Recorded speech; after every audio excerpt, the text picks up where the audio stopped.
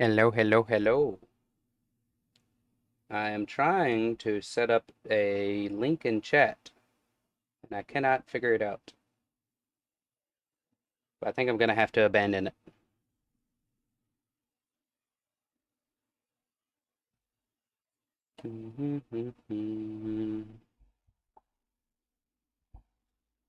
Let's see, let's see, let's see, let's see. Uh, it's been so long since I streamed, I done forgot.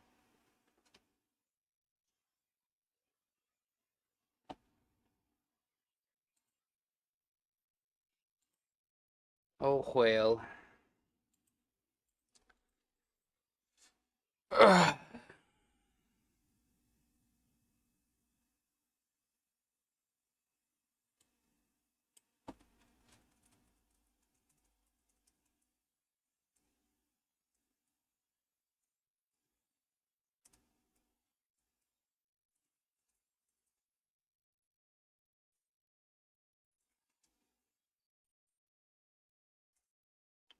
Hmm, is that a conjoined word?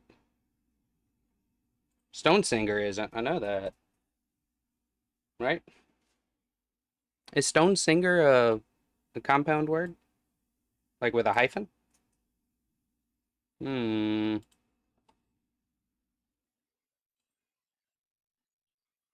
I don't know.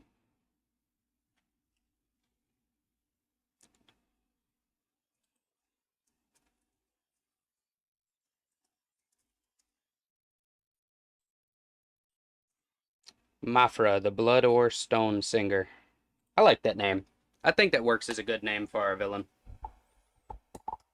All right. Hello, chat. Hello, VOD viewers. Hello, everybody. Um, I have missed a couple streams due to family reasons. But today I had a kind of a push to finish this idea that I had. And I figured might as well share it on stream while I polish it up and talk about it. I don't have much else planned. We've been having internet issues, so I don't trust playing the streaming through Game Pass to play the Fable games. Sadly, I'm gonna have to put that on the back burner until I get the internet issues sorted. But suffice it to say, it's all out of my control. We had some bad storms, and ever since then, our internet's been kind of shoddy while they've been doing repairs. But at the moment, I am stable enough to stream. I'm just not stable enough to stream on Twitch and also stream Game Pass. So for now, I thought I'd do this. And this works as a really good thing for me to do because I've been wanting to find a way to kind of share a little bit of the writing journeys that I like to go on, where I take an idea and I flesh it out and I turn it into something grander. And this actually works perfect. So to give a little bit of background, MAPHRA, I think that's how you say her name. Um, she's blown up, gone viral, a metal vocalist. She has amazing control over her voice. She can hit the high notes and immediately follow with low, gravelly tones and then snap right back to the highs. And I had this idea of, from hearing her music, hearing her covers, I had this idea that it kind of reminds me of something I saw in one of the D&D books. I think it was Unearthed Arcana. I can't recall off the top of my head, but essentially it was a example of a bard inspired by non-traditional bardic inspirations, right? The idea was how to make a character unique and interesting from what people first think of. And in it, they showed a dwarf medalist, like black and white face paint, spiked attire, and they were a dwarf bard. And I loved the aesthetic. I loved the idea. And whenever I heard MAPHRA singing, that kind of concept came back to me. The idea of a dwarf medalist who sings as part of their like bardic abilities. And I was kind of playing with this idea of what would that look like in a fight, because whenever I'm coming up with characters, I like to start with the cool moments and then reverse engineer how to get there, right? So I came up with this idea of MAPHRA kind of being a dwarf, kind of singing and controlling the stones around her, And originally it was a guy. It was just a dwarf medalist who sings, and the power of his voice commands the thunder and the lightning around him. And with a point of his finger and a vicious mockery, he strikes with lightning and a clap of thunder to boost the morale of his allies and demoralize his opponents or blind them with a flash of light suddenly. Like, it was this original idea of how that would look in battle. And I played around with that, and MAPHRA being the kind of inspiration, I changed it to a female dwarf. And then kind of played with this idea of a character almost inspired by Storm and Magneto from Marvel, where they just kind of hover above the battlefield and they control the elements around them and they strike down on their opponents and are kind of wreathed in this protective aura based on her music. So I had this idea of a dwarf all like decked out with the white and black face paint of like black metal, heavy metal type attire, just kind of hovering over a battlefield, commanding stones whirling around them, and with the power of their singing and their voice, striking down meteors of stones and clouds of dagger like shards of metal. And I kept playing with this idea. And earlier today, I had this kind of concept kind of materialize in this 3-act one shot that I now have. It's very short. Act 1 is everything you see on screen right now, so it's pretty short. That said, it is so far 10 pages, and I have a good bit. And today for the stream, so I have a good bit. And today for the stream, I thought it would be nice to kind of hang out, talk about what I'm doing, what I'm working on, and kind of turn this into a more polished and cleaned up D&D one-shot. Now, I do all of my one-shots and kind of idea building, I do in Google Docs, because I like the cloud sharing capability of it, my ability to work from my phone or my computer or my work computer wherever I need to. So I like that. So that's where I'm doing all of my writing. That said, I can kind of go over a little bit of it and explain what I have so far. So I have a 3-act structure for a dungeon based on a 3-floor dungeon. And this is the dungeon outline starting here. Act 1 starts in the town and then moves to the quarry. This is where the players hear about the adventure and they're drawn to it. And then they get the information, they get the lore drops, and then you slowly make your way to the dungeon. All of that is Act 1. It's setting up this idea to the party that MAPHRA has been kidnapped and she's been taken, and they think she's taken away into the quarry. Act 2 is you go into the tunnels that was revealed by the quarry where they think that she was kidnapped. And along the way, her husband will kind of hint that he doesn't think she was kidnapped. And along the way in the tunnels, you'll kind of get these hintings that there was no struggle. There is actually evidence that she had stashes along the way, little safe havens that she would hide out at, study stations and relics and such. I'm going to have to add a lot of that here. This is the core of the Act 2. Whenever I'm done writing everything down, it's going to be multi-pages for each act. But as of now, this is where we're at. Act 3 is the cave system. This is a vast underground cave network that the tunnels lead into. And basically the party is just set loose to explore in the caves. Very dangerous. It's filled with a bunch of enemies, a bunch of mobs. The power level is all over the place. It's very inconsistent. You could find everything from non-threats like a swarm of bats or cave-dwelling creatures or deep gnome miners. You can also find harmful threats like that of giant insects, deep gnome warriors, who the miners would direct, and evidence of apexes. Apexes being something I do in my campaign where every dungeon has an apex monster. They have a big bad that isn't the dungeon boss. It's just something that is so predominant in the dungeon that it sculpts the inhabitants around it, right? So for example, the apexes in this dungeon, you have a Zorn, a Basilisk, or an Umber Hulk. These are creatures that their presence in a dungeon makes the inhabitants be catered to the dungeon, right? So, for example, if a Basilisk is in the dungeon, then you're going to expect creatures who are used to the whole turning to stone thing. You know, you're going to have natives like the Galabdar who are resistant to being turned to stone. You're also going to have rust monsters who will actually benefit from other enemies turning to stone and leaving behind things like their swords or armor. And then you also have cockatrices who are kind of related to basilisk in a similar inspiration way, and the basilisk is kind of drawn to them, right? So this is where most of the fighting will go down.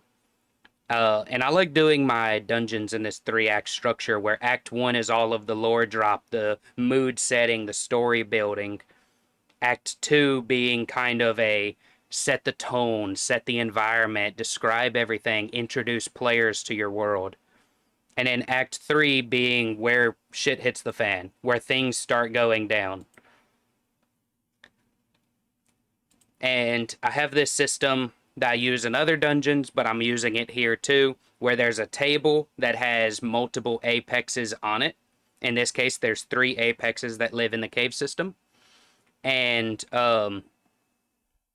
whenever you roll for an encounter, if it is an apex, you don't meet the apex right away, right? If you're in the mountains and you roll for a dragon, you don't meet the dragon. First, you meet the dragon's kobolds. Then after that, if you roll dragon again, then you meet the dragon, right? And that's kind of what I use here. The first roll of an apex will instead use their minion, and then the second roll of any apex will be that first apex, right? So if you see the Galabdar minion and then you roll a couple more times, you're more likely to see more than one Galabdar because he's on the table more than once. So that kind of sets this idea that, you know, the dungeon might have cockatrices, rust monsters, and Galabdars, but based on which one you see more frequently, it will have this idea of a presence similar to the presence of the apex, right? So if you see one group of Galabdars, but you see 3 groups of cockatrices, that kind of tells you that the basilisk is probably near, because the basilisk follows them, right? And I like doing my dungeons that way. I'm going to really have fun fleshing that out and trying to explain it and get that point across to readers. All right, now here is a little bit of a spoiler. I have MAPHRA's story. This is her backstory, what led her up to the day where she disappeared. Down here is, oh no, she's been kidnapped, including what is currently going on. This is what the villagers know. This is what her husband knows. And this is kind of setting the tone for MAPHRA, right? And then this is where her secrets begin. This is the part where you learn about what she's been up to. This is where you learn that, spoiler, she wasn't kidnapped.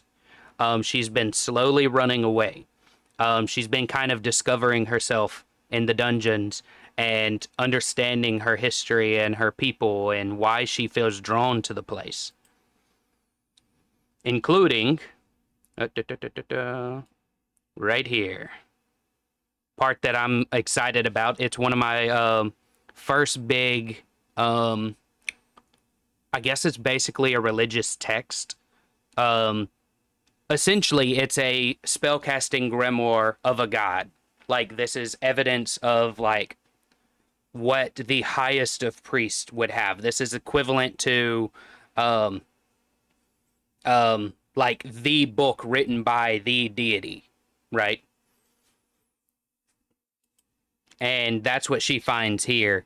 And I'm excited about that because it's going to be my first time introducing that to like my own campaign, my world and my structure. I have them in the world, but this will be the first time I actually have to flesh them out. So I'm going to have fun writing that. Um, this is where I introduce the hematite, the idea that the stones that she can control is the hematite that is found in the mountain. Um, this is also where she finds out what the hematite is and where it comes from. This is an oath from her people's ancestors. The reason she feels drawn and compelled to be at this mountain and quarry it, and the reason she feels drawn to these stones, the hematite that she finds. And then this is where we introduce the villain, MAPHRA, the priestess of the blood ore. And then this is what I have to write. Running MAPHRA as a priest sorceress bard hybrid. This is where I have to write about like how she plays. Plays as a villain. And down here is where I have the tables. This is the encounter tables.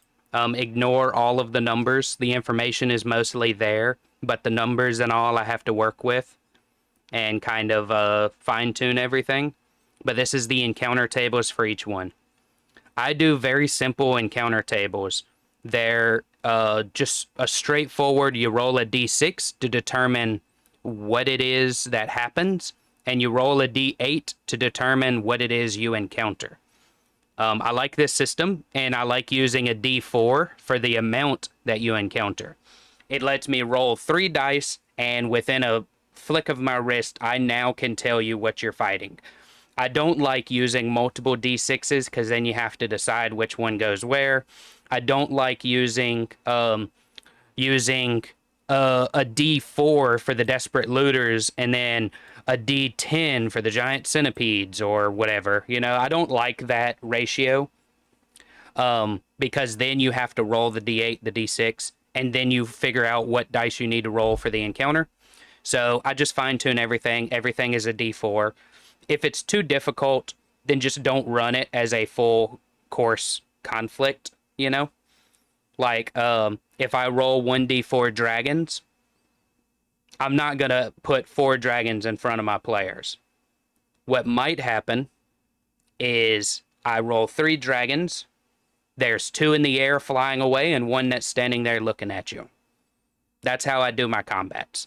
It adds this element of more to the world. The idea that the world is filled and that there's more out there. And I like that.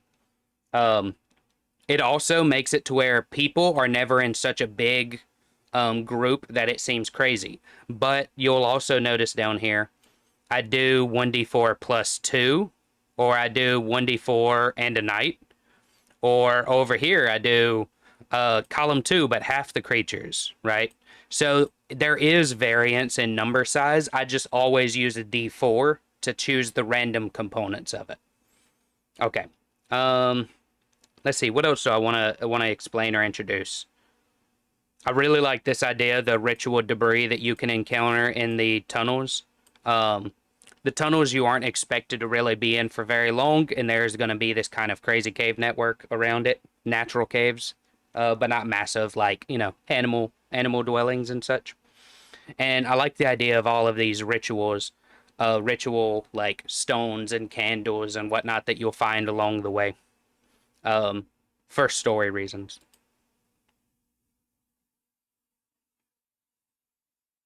Hold on.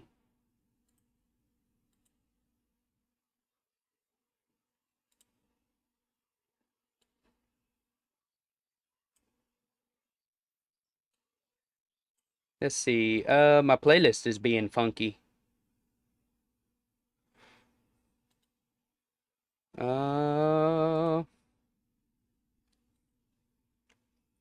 Whenever I put this VOD up on YouTube, I'll try to remember to put this playlist in the description. So they have it's a playlist that I'm listening to. I don't think I'm going to be able to put it in the video because it's covers, but it's also someone else's, and I just don't want to mess with that.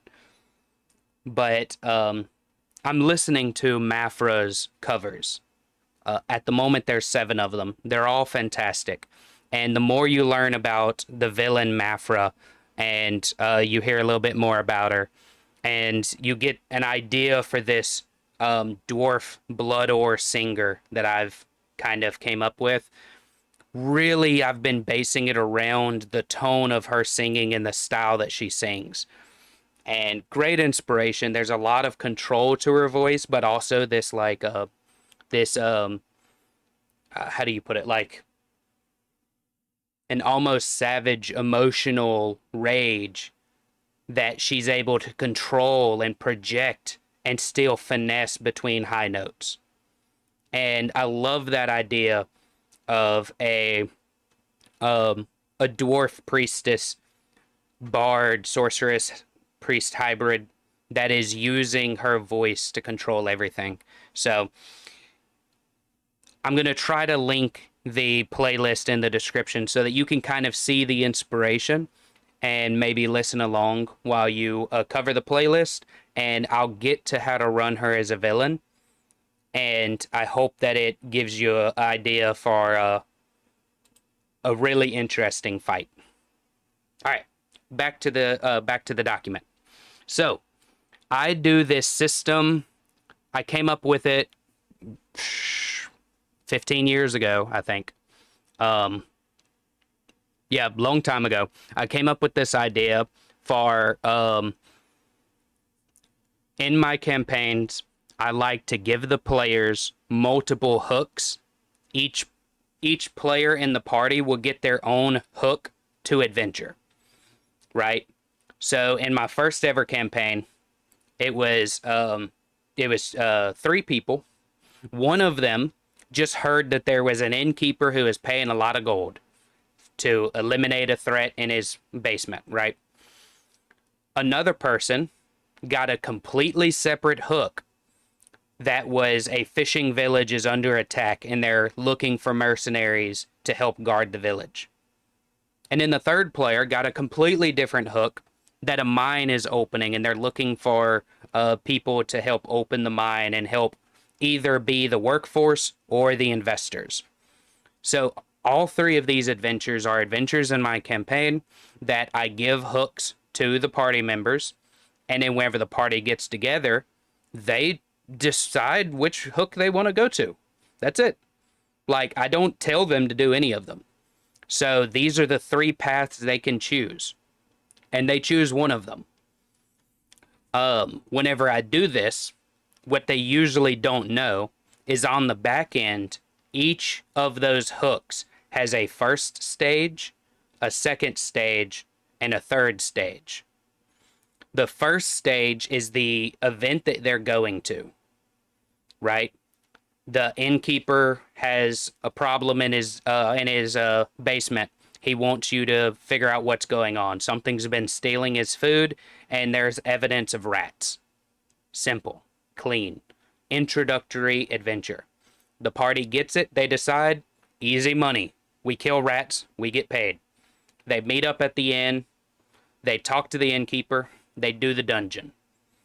This adventure is based off of the, what's it called? The Mad Rat King dungeon one shot I found.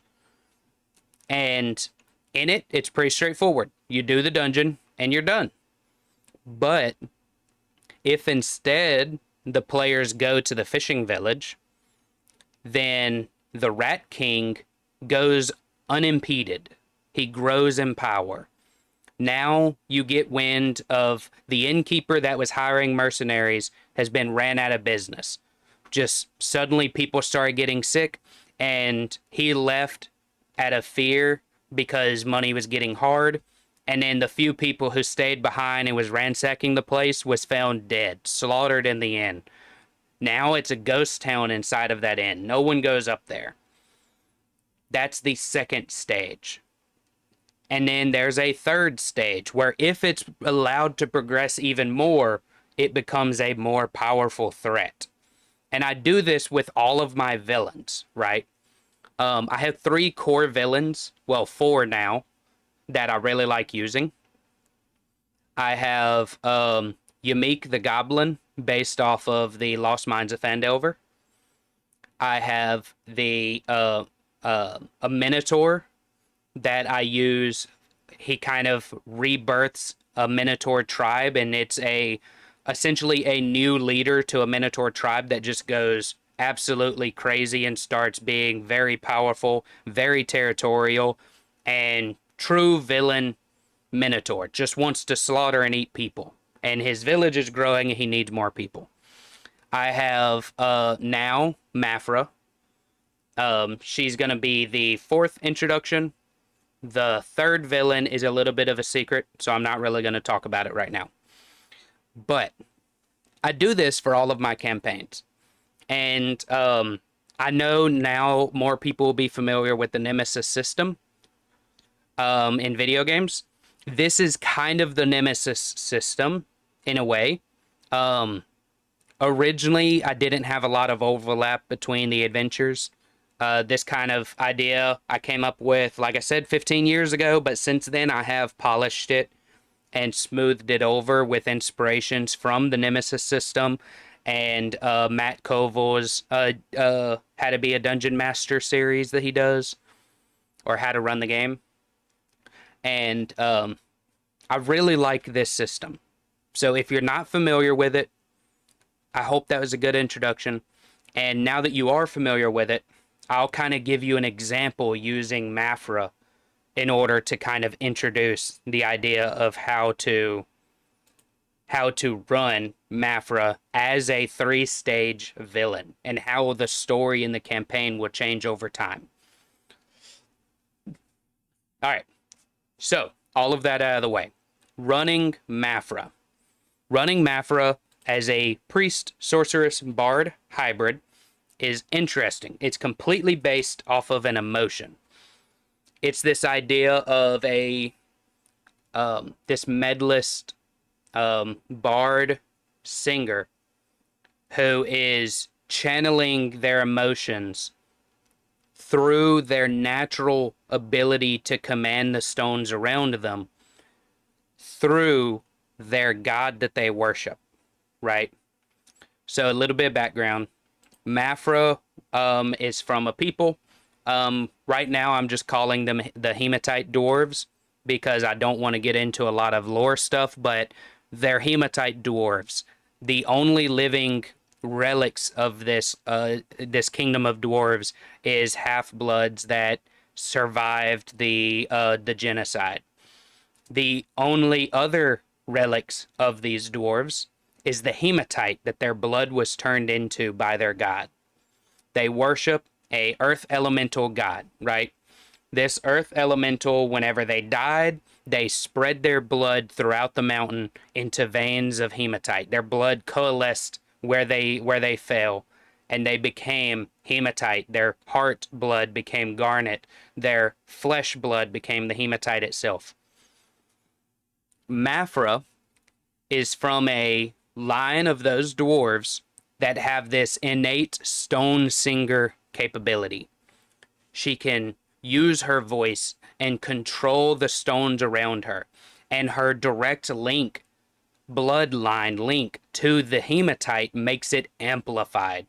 So she can control stones, but she can absolutely control hematite, because not only is she controlling the stones with magic, but the hematite is her ancestors. The hematite is controlling itself through her as a focus of divinity. So she has absolute control over hematite. If you had to think of it as like almost a hive mind system, where whatever, she doesn't hear the voices of her ancestors, but whenever she's using hematite, it's like the hematite itself is willing it to do things, and she's hearing these instincts calling. She hears the hematite begging to rip out of the ground and kill the intruders, and she releases it. She uses her abilities, her stone singer capabilities, not to control the hematite, but to allow it to control itself, to release it from its constricted confines of the walls that it's encaved in. Whenever she does this, she's basically channeling a little bit of divinity and a little bit of her stone singer capabilities, right? It's not really any one of these in particular. It's a mess of magic. So when running MAPHRA, I have to try to put it into perspective well to where the reader understands that when running MAPHRA, that is what's going on. If she's blinded, she can still see because she isn't needing to have line of sight with the hematite to control it. The hematite is connected to her through a spiritual connection, and she's releasing it. So it isn't a line of sight that's necessary. It's not a within like a certain range necessarily. The range is her divinity's range. So whatever is considered her god's territory and her god's influence, that is the range in which she can control the hematite, because her god is connecting her and her ancestors together through the hematite. And I'm going to have to figure out how to kind of explain that. That's a really interesting creative writing exercise. Okay, all of that out of the way. If you listen to MAPHRA's music, the YouTube, TikTok MAPHRA, not the villain. If you listen to the playlist on YouTube, you'll be able to hear how she controls her voice. She goes from these beautifully crisp high notes, very flawless lyrics with a lot of emotion, sadness, anguish, anger, just all filling the vocals, right? But they're very crisp, they're very clean, they're very high. And then in the same sentence, a word later, it's this deep, guttural raspiness, not a scream, but still singing, but just with this gravel in her voice, right? And I wanted to kind of convey that in MAPHRA the villain, kind of making that how she controls the elements in some way. So I came up with this idea of how to run her. I'm going to have to figure out how to write all this down. Whenever she's in combat, she stops negotiating. She stops doing anything other than combat.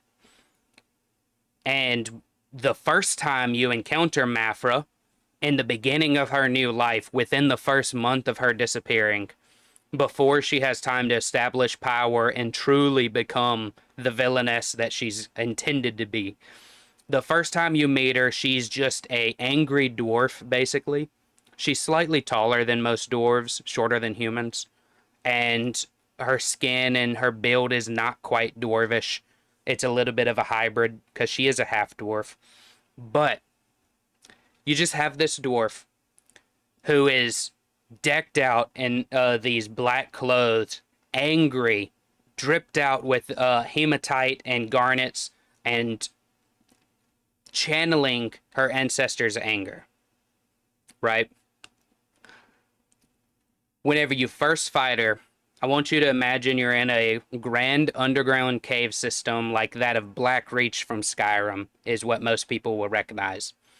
You're looking at this crumbling kingdom, this crumbling castle in front of you, ancient building, carved and hewn from stone, and in the midst of it, you see this large, like almost amphitheater courtyard that was used for worship.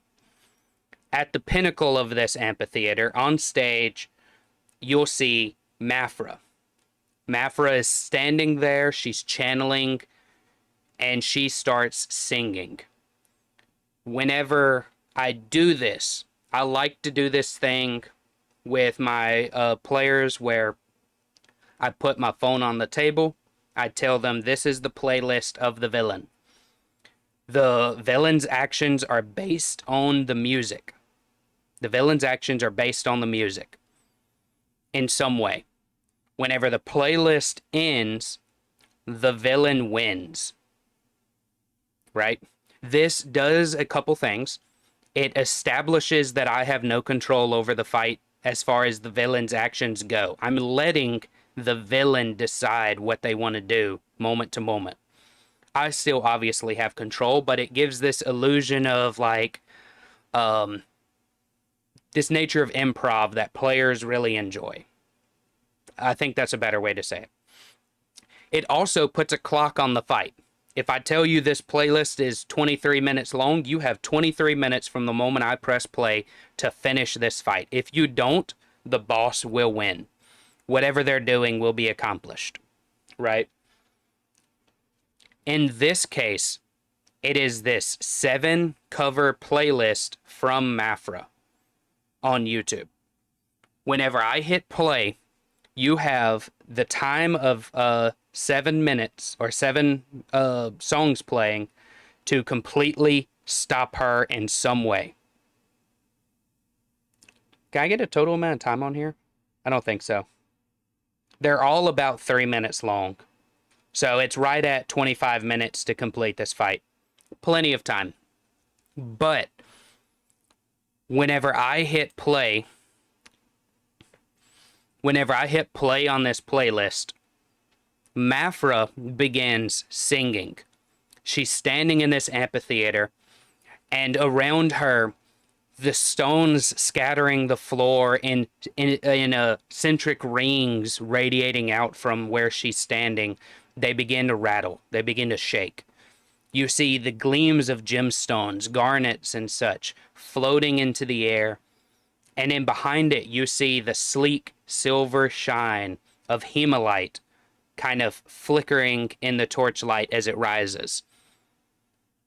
And then all at once, whenever the first beat drops, everything starts moving. A cloud of hematite will circle and enclose around her, becoming a barrier.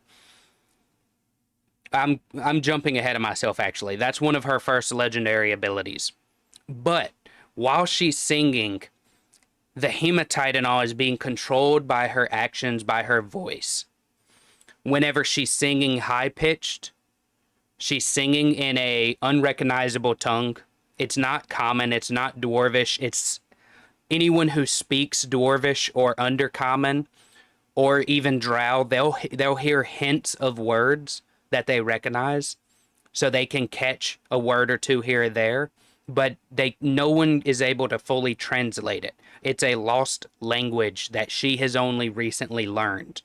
But her magic allowed her to immediately have a deep understanding of this language. And she's singing in this language. And she's commanding with her voice.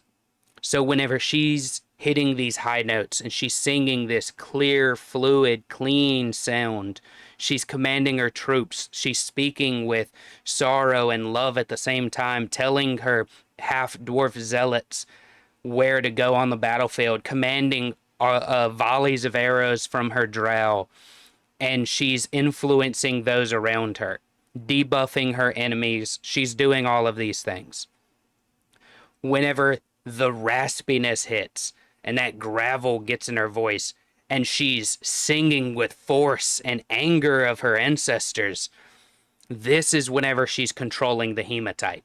This is whenever the garnets and the minerals are flying around in a cloud of daggers, circling the battlefield, shredding up her enemies, or completely encasing the paladin and restricting their movements. This is where her stone singer is shining through, right?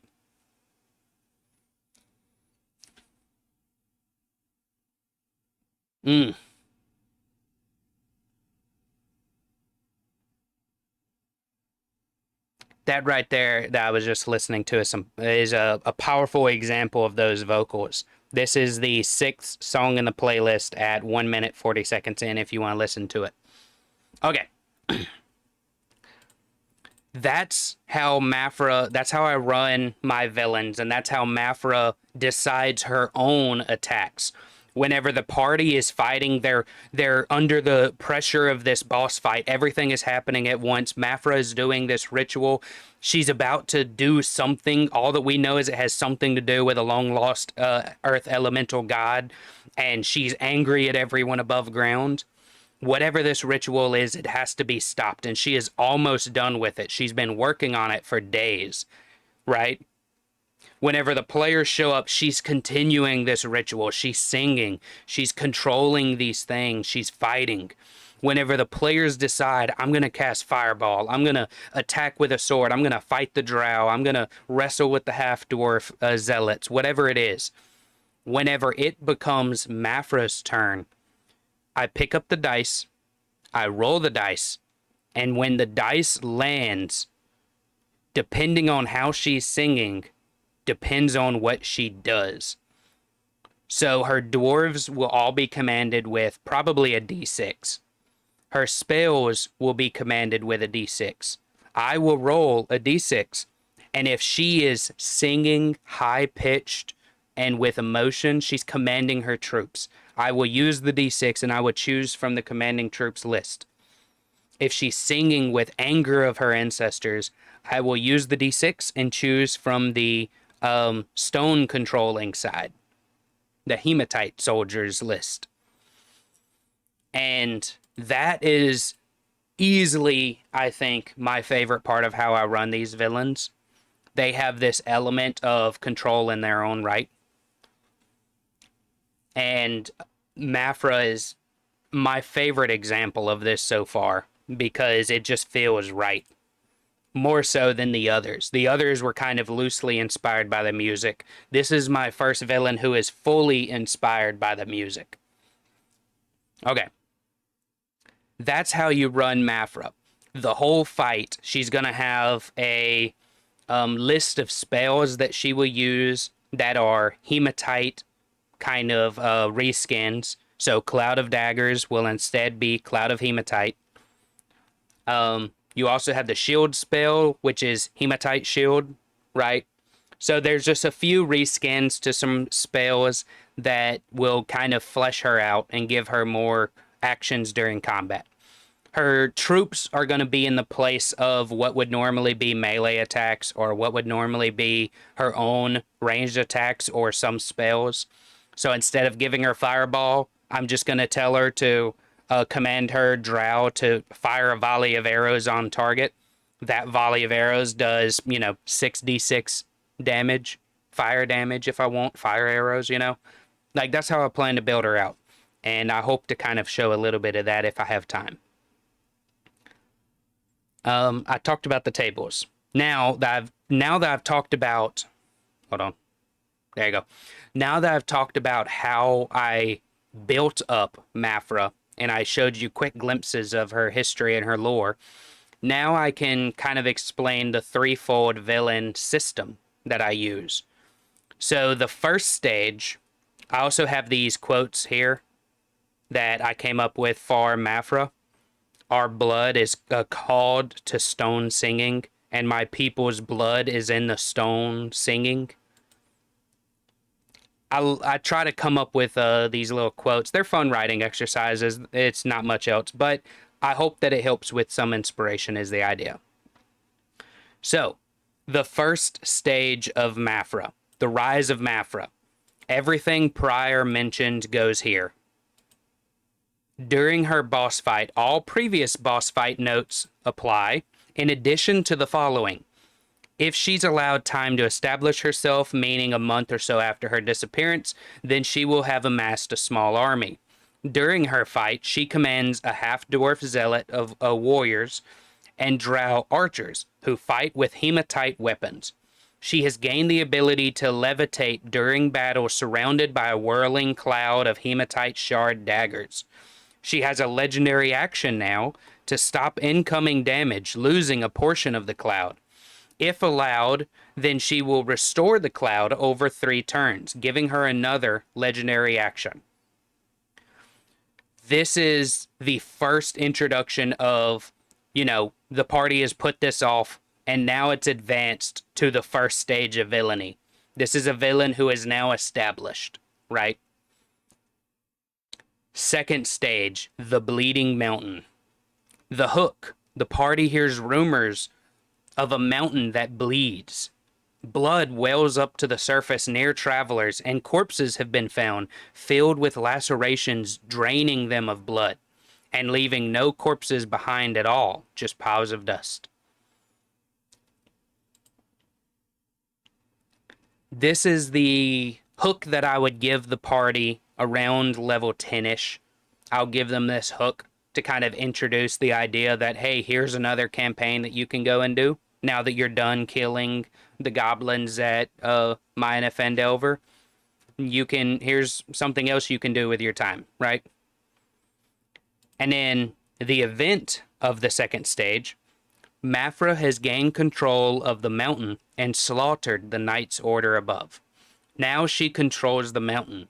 Hematite slowly rises to the surface near any intruders in which she can see and hear through, and would strike out as stone blades if needed, leaving the corpses behind.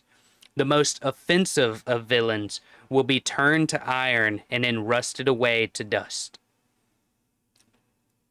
This is where the danger starts to really creep in, and it's most evident in the boss fight. All previous boss fight notes apply, in addition to the following. She now has a legendary terrain, being her fortress currently within the mountain and the mountain itself. Within her terrain, she can scry to see or hear anything within a 10-foot range of the hematite. She can also control any hematite within her terrain as if it was within sight. Now, like I said, part that I need to stress is that the hematite is subconsciously communicating with her. The hematite is the blood of her ancestors speaking to their god, and then their god is speaking to her, alerting her of the presence of nearby things. It's not the god directly, it's this kind of side channel that he enables. Because of that, I say here that she can scry within her terrain. She can scry within 10 feet of hematite. This is a gameplay mechanic. The lore accurate reality of it is if she's asleep and someone is standing in her mountain range and near a piece of hematite, and they say we're here to kill MAPHRA, the stone singer, then MAPHRA will be waking up with this instinct that someone is threatening her and this inkling of a hematite that's reaching out. And she makes that connection. She scries that location. She sees what's happening. And then lacerations reach up from the ground and shred the intruder. This is an intruder that she would actually then, using her magic, turn them to iron, and they will slowly decay away to rust within minutes.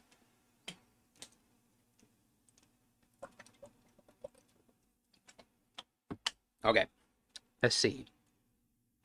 She can also control any hematite within her terrain as if it was within sight. This also kind of goes back to what I mentioned.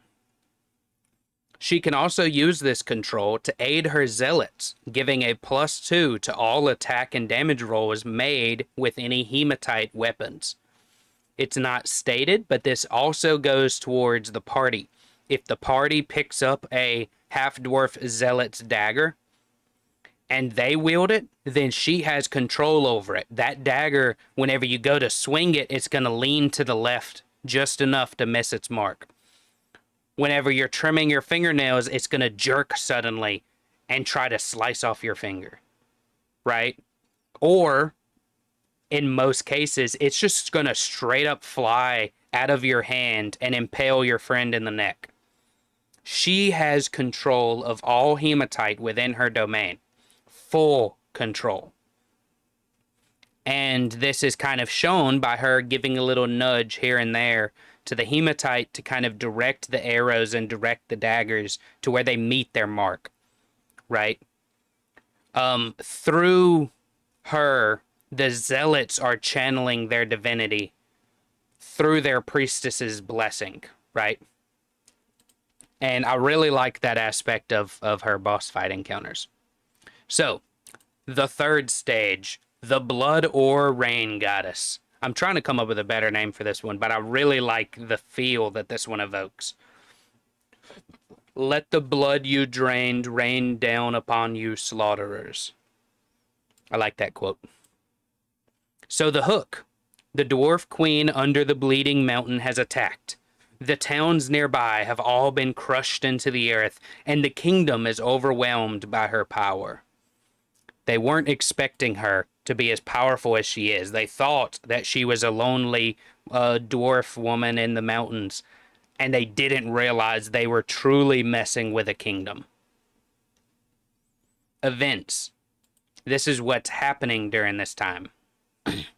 MAPHRA's rule has been denied acceptance from the Surface Kingdom and is now under assault by them. This means that any kingdoms nearby are denying her claim on the land and insisting that they need to eradicate her and take the land back for themselves. She's setting her stake and she's being challenged to keep it. In return, she has surfaced. There is now a blood-black metal fortress floating above the mountains. This is her true lair. This is the kingdom of the dwarves that has been encased in hematite and lifted out of the earth. I need to drink some water.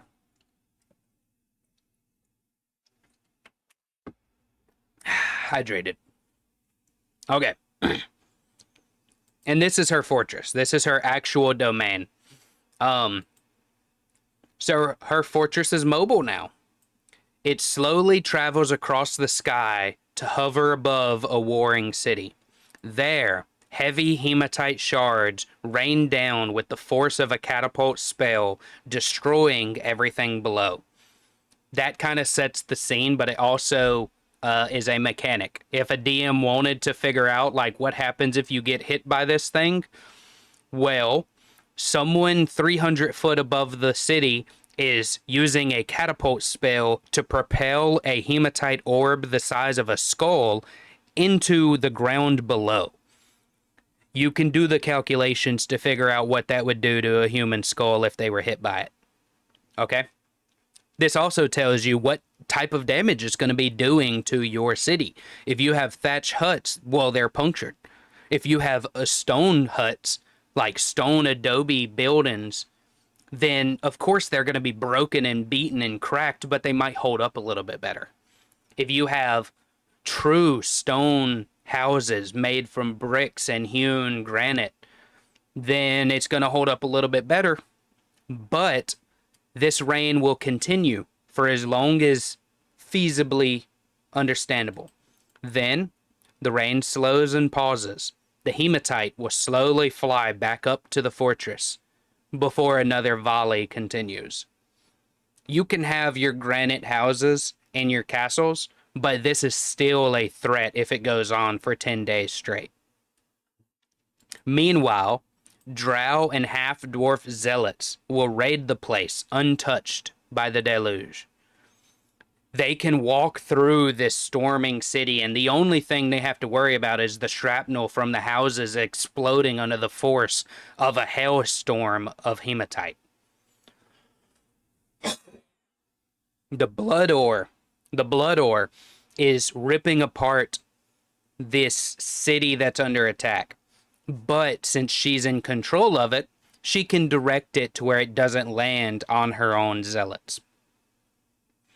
During her boss fight, this is the final rendition of her before godhood. All of my villains have a chance at godhood in some way. Side tangent. I don't include that in any of my villain write-ups. It's entirely based off of the player's choices, and how they affected the world changes how they end up afterwards. So for most people who want to run this, this is where I would end it. If the party lollygags for 10 years, she never gets stronger beyond this point. Like, her fortress, this entire third stage, is her final form. If everything continues, she will eradicate kingdom after kingdom until all that's left is those who accept the rule of the hematite dwarves. Those who accept her and her god to a return to the earth and do whatever it is that her god wants. Right? Okay. Going back to the boss fight. This would be the final boss fight. This is somewhere between level 10 and level 20, depending on how you want to run it. Depends on how difficult she is. I haven't quite decided what difficulty level I want to give her. All previous boss fight notes apply here, in addition to the following. She flies above the battlefield, cloaked in multiple layers of hematite clouds. A rough estimate is 3 layers. So she has 3 legendary triggers from the previous boss fight example. Her voice is amplified by their resonance. She now has the legendary action to instantly kill anyone. It would take 5 turns for this ability to recharge, and the way it works, she focuses hematite behind the target in the ground, and a spire ruptures up, impaling the target through the back and lifting them off of the ground. They will then begin to slowly turn to iron after a turn. Then they will begin to rust away after another turn. She can also use the hematite spire to tear them apart instead if she chooses. So whenever the party first encounters most of my bosses, I warned them every boss is more powerful than them. This boss, MAPHRA, has the potential to instantly kill a party member. Right? And this would be how she does it. If you enter the battle with her, she's going to reserve this ability. There's always this glob of hematite underneath the earth that she's aware of, but she isn't revealing. This is her dagger up her sleeve. If in the middle of the battle, the bard of the party is flirting with her in an insulting way, he might be the one. If the wizard says, I have a wish spell, I can get us out of this, he might be the one. If the paladin decides, instead of charging the front lines, he raises his sword to the sky, he holds his cross up, and he starts channeling his divinity, he might be the one. Whoever it is, she has this up her sleeve. This capability of instant death. This adds that element of intensity and suspense to the game. And in the heat of the moment, anytime I run dungeons where I have this music playlist component, in the heat of the moment, the players they're in a daze. Everything is happening fast. This is combat. They're having to think things through quickly. Their ally just died. They were impaled by a spire of hematite, but they can't dwell on it. They can't think about it. They have to attack. Like, their wizard was just killed. He was about to cast a wish spell. Their paladin had this idea for a channel divinity. So you now have to tell the paladin, quick, do that. Do that while me and the bard will hold down and distract MAPHRA. She has already killed the wizard, and he is impaled and turning to iron if you don't channel divinity now.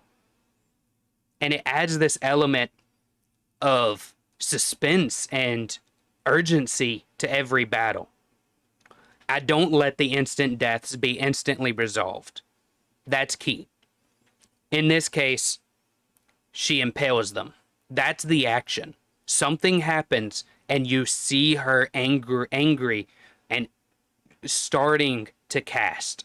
She sings, she levitates, she flies into the air, goes back to the party. They have a chance to continue the conversation, to plead with her, to beg her back down to the ground, to appease her, to bargain. If they don't, and they instead insult her, a spire ruptures from the ground, impaling them. Now their bard, who is insulting her people, mocking the genocide that happened to her ancestors, is now impaled. For the hero that he is held up 5 feet off the ground by a large hematite spike. His skin radiating from the hematite starts to turn into iron. The party has seen this happen, and it's back to them. If they have a way, they can reverse this. They can use magic to pull him off of the spire, use a wish spell to bring him back to his people, bring him back to life, restore his vitality, etc. They can still recover. This isn't actually a lethal thing for most level 15 parties. I feel like any level 15 player who has been in a campaign starting before level 10 probably has a way to get out of this. If they themselves don't, then their party members most certainly will. But if they don't, the iron, once they are fully petrified in this iron statue of themselves, they will crumble at the edges and slowly rust away until all that's left is a hematite spire that will shift, move, and then flex back into the ground. At this point, 3 turns has passed since she started this ability. You get the turn where you're impaled, you get the turn where they turn to iron, the turn where they turn to rust, and then it's gone for 2 turns. And then she's able to use those 2 turns to restore capability and power and control it to move to a new place. So she's able to do this every 5 turns. That adds urgency. That adds a definite end to this boss fight. And that adds a capability that can immediately be shown, restored, and then known about for the rest of the battle. The players have to be very smart with their moves. They have to be a burst of damage to take her down quickly enough. I love this boss fight. I love how she works. I love the lore that I've been able to come up with. And I hope that you can kind of understand how she plays. And I hope that the inspiration, the playlist that I'm going to link in the description, gives you an idea about how you can run her. Now, I'm going to continue to polish this over the rest of the stream and hopefully get it polished enough that by the time I release this video, I'll have a nice and presentable document. If not, I will continue to polish this document because I will be using it in my own campaigns. So over time, there may be changes to the original document. But you see on stream here, on screen, you do see the entirety of it as it is right now. I'm going to be carving it down. I'm going to be smoothing it out. And hopefully, I'll be making it a lot more presentable. So that you, in your campaign, can run MAPHRA, the Blood Ore Stone Singer, correctly.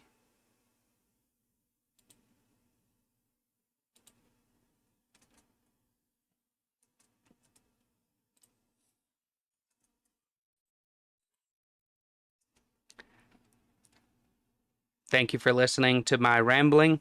I hope that I was able to kind of get across the idea. I hope this little presentation introduced you to a new way to write dungeons, to a new way to run a villain campaign, a new way to run villains, and a new idea of how to add urgency and drama to the boss fights. So please, check out the inspiration and check out the document.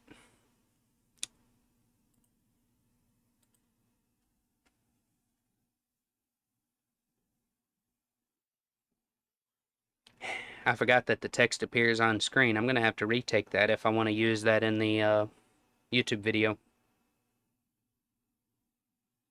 But that's okay. YouTube intro, YouTube outro, it's all over. It's an hour long. But hopefully.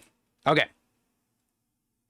Hopefully this was good inspiration to teach you how I run my dungeons and my villains. I hope I showed off a little bit of how I go about writing the 3-act structure for dungeons.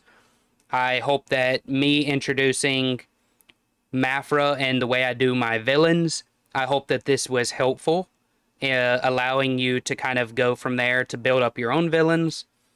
And I hope that you enjoyed the kind of 3-stage villain story arc that I have, this nemesis system that I've had in my campaigns for quite a while. And I hope that the way I've been able to explain her boss fights and how they work based off of the playlist and the music and the moment and the urgency and the drama and the story and the flavor, I hope that all of that is able to help you, inspire you to come up with how to run your own boss fights.